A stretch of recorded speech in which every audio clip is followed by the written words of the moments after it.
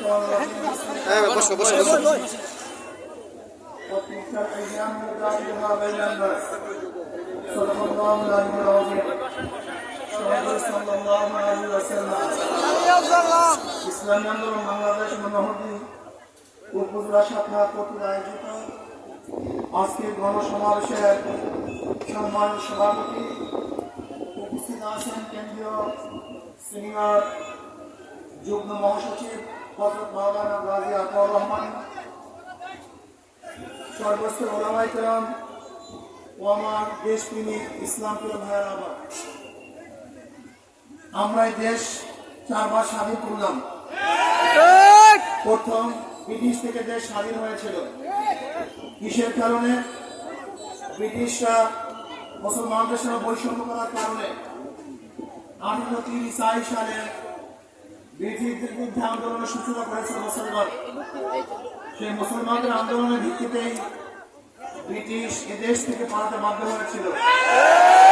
আমরা প্রথম স্বাধীন হয়েছিলাম, ভেবেছিলাম বৈষম্য দূর হবে, কিন্তু আমরা গিয়ে দেখলাম ভারতের সন্নিবেশী হিন্দুরা মুসলমানদের সাথে বৈষম্য করার কারণে আমরা চিন্তা করেছি আমাদের আর একটা দেশের প্রয়োজন।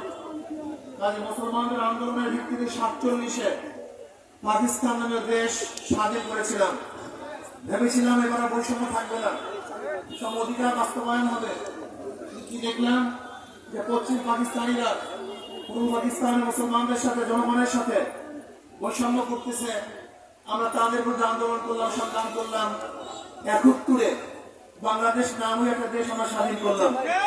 ভেবেছিলাম এই বছর বৈষম্য দূর হবে, আমরা সবাই শান্তিতে থাকবো, স্বাধীনতা অর্জন করব, আমরা সাম্য, মানবিক মর্যাদা, সামাজিক ন্যায় বিচার প্রতিষ্ঠা করব। এই 3 স্লোগানের ভিত্তিতে এক করে আমরা দেশ স্বাধীন করলাম। কিন্তু কি দেখলাম যে 2024 5ই আগস্ট পর্যন্ত যারা ক্ষমতায় ছিল তারা আমাদের সাম্প্রদায়িক সম্প্রীতি বজায় করতে পারে নাই, বজায় রক্ষা করতে পারে নাই, আমাদের শ্রমিকদের অধিকারকে ফিরিয়ে দিতে পারে নাই, আমাদের ছাত্র জনতার অধিকারকে ফিরিয়ে দিতে পারে নাই, পুরুষ মহিলাদের অধিকারকে বাস্তবায়ন করতে পারে নাই। আমরা আন্দোলন করলাম, সংগ্রাম করলাম।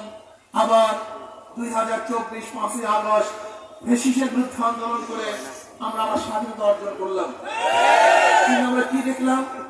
5ই আগস্টের পরে আবারও দখলদারি, আবারও লুট, আবারও চাঁদাবাজি, আবারও মুফাজ্জলকে অবৈধভাবে ঢাকা ইউনিভার্সিটির মধ্যে হত্যা করা হয়েছে। আমরা কি দেখেছি? আবারও হাজার হাজার মামলা, অবৈধ মামলা দেওয়া হয়েছে। এর জন্য বাংলাদেশের জনগণ জীবন দেয় নাই, রক্ত দেয় নাই। এর জন্য বাংলাদেশের জনগণ আন্দোলন করে নাই। অর্থাৎ কারণটা কি? আমরা বারবার সরকার পরিবর্তন করেছি, আমরা বারবার নেতা পরিবর্তন করেছি, কিন্তু মানুষের ভাগ্য পরিবর্তন না হওয়ার কারণটা কি? এইটা আমাদের বুঝতে হবে। আমরা বারবার আন্দোলন করেছি, সংগ্রাম করেছি, সব কিছু করেছি, কিন্তু আমরা বৈষম্য দূর করতে পারছি না। কেন? কারণটা কোথায়? এটা মাথার মধ্যে দিতে হবে, মনে রাখতে হবে। তেঁতুল গাছ লাগিয়ে মিষ্টি ফলের আশা করা যায় না, মাথার গাছ লাগিয়ে আমের আশা করা যায় না। একজনের নাম এ, একজনের নাম বি, একজনের নাম সি। এও চোর, বিও চোর, সিও চোর। ক্ষমতা আছে এ, সে কি করবে? হটাও এ, আন্দোলন সংগ্রাম, হটাও এ, বসাও বি, কি করবে? হটাও বি, বসাও সি, সে কি করবে? নেতার পরিবর্তন হয়েছে, আদর্শের পরিবর্তন হয়, নীতির পরিবর্তন হয় নাই। ডিসি পরিবর্তন হয়, এসপি পরিবর্তন হয়, ওসি পরিবর্তন হয়, কিন্তু ঘুষের পরিবর্তন হয় না। শাসকের পরিবর্তন হয়, জুলুমের পরিবর্তন হয় না। কারণ শুধু নেতা নয়, নীতির পরিবর্তন চাই। বিশ্বাস রহমতুল্লাহ চর্ম নেই। শুধু এ বি সি পরিবর্তন করলে মানুষের শান্তি আসবে না।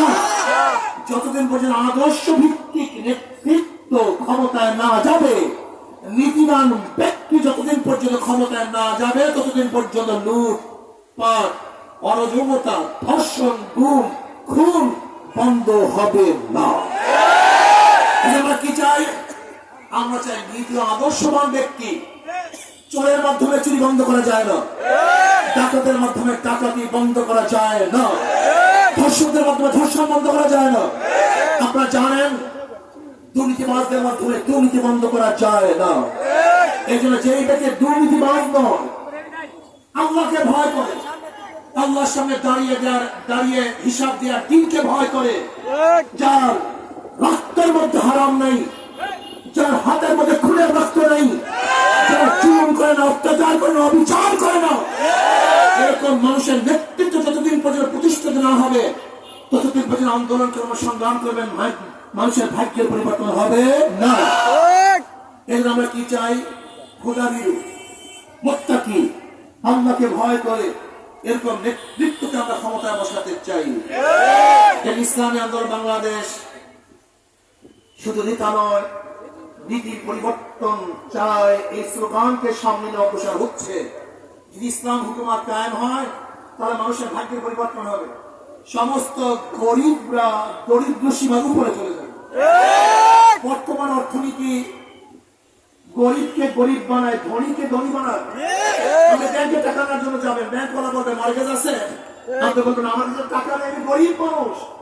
আপনার জন্য টাকা না, যার টাকা আছে ব্যাংক তাকেই টাকা দেয়, গরিবকে টাকা দেয় না। ব্যাংক কাকে টাকা দেয়? যার আছে, ব্যাংক তাকে টাকা দেয়। 1 লক্ষ টাকা আছে, 1 লক্ষ টাকা ব্যাংক দেয়। যাকে ব্যাংক লোন দিছে তার লোন মাফ হয়, তারই ইন্টারেস্ট মাফ হয়। তাহলে ধনী 4 বার ধনী হয়, আর গরিবের